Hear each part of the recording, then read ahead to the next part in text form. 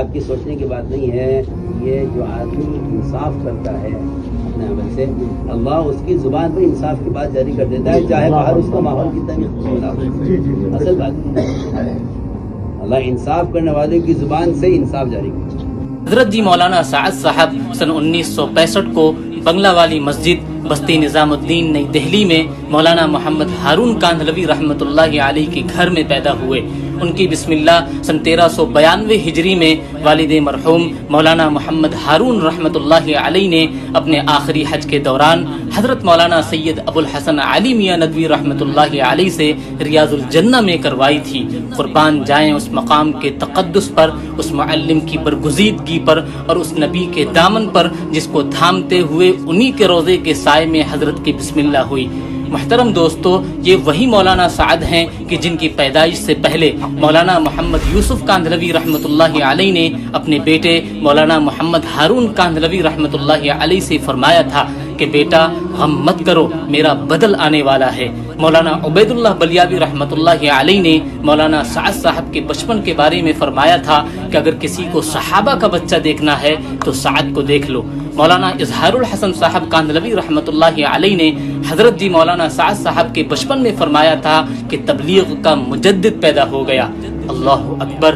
یقیناً حضرت جی کے بارے میں بچپن میں کہی گئی باتیں آج بالکل صحیح ثابت ہوئیں.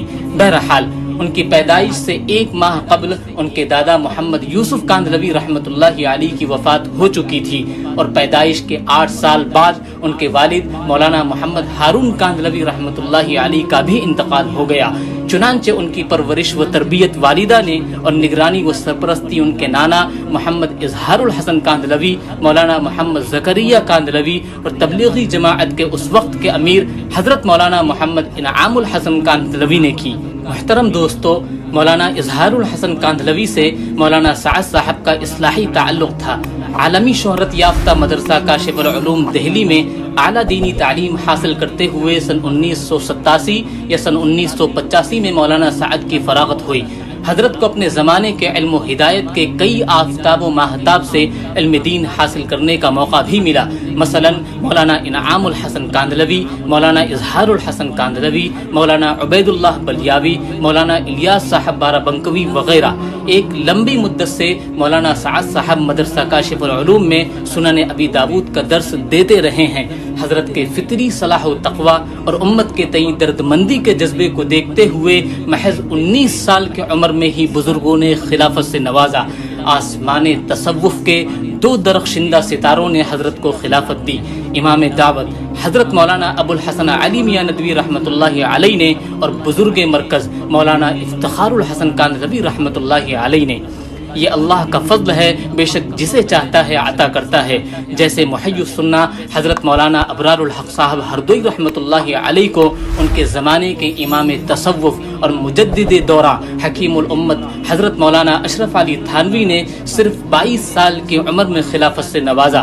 ماضی بعید میں رسول اللہ صلی اللہ علیہ وسلم نے حضرت اسامہ بن زید کو 20 سال سے کم عمر میں امارت سے نوازا تھا. مولانا سعد صاحب کو اپنے اساتذہ اور مرشدین کے علاوہ ان اکابر زمانہ کی صحبت سے فیضیاب ہونے کا بھی موقع ملا. مثلا حضرت مولانا سعید احمد خان مکی، مولانا ہارون صاحب، مفتی زین العابدین صاحب، میاں جی محراب صاحب وغیرہ.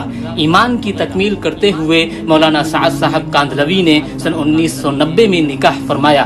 مولانا سعد صاحب کی اہلیہ عصر حاضر کے عظیم تاریخی دینی درسگاہ مظاہر العلوم کے ناظم حضرت مولانا سلمان مظاہری کی صاحبزادی ہیں، جن سے حضرت کے 3 بیٹے اور 2 بیٹیاں ہیں. محترم دوستو، مولانا سعد صاحب بیک وقت دعوت، عبادت اور سنت تینوں کی پابندی میں مثالی مقام رکھتے ہیں. ان سب سے بڑھ کر مولانا سعد صاحب صبر و تحمل میں بھی زمانے کے لیے مینار نور ہیں. مخالفین نے ان کی شان میں کیا کیا گستاخیاں نہیں کی، مگر حضرت ہیں کہ خاموشی سے دعوت کا کام کیے جا رہے ہیں. حضرت کی مجلس میں نہ کبھی غیبت کو داخل ہونے کی اجازت ملتی ہے، نہ رب کے سوا کسی کے آگے حضرت کا ہاتھ پھیلتا ہے. حضرت کی انہی فطری صلاحیتوں کو وقت سے پہلے بھانپتے ہوئے امیر ثالث حضرت مولانا انعام الحسن کاندھلوی نے جماعت کے کام کو چلانے کے لیے جو 10 افراد کی شورا بنائی تھی، اس میں کم عمری کے باوجود مولانا سعد صاحب کو بھی شامل فرمایا.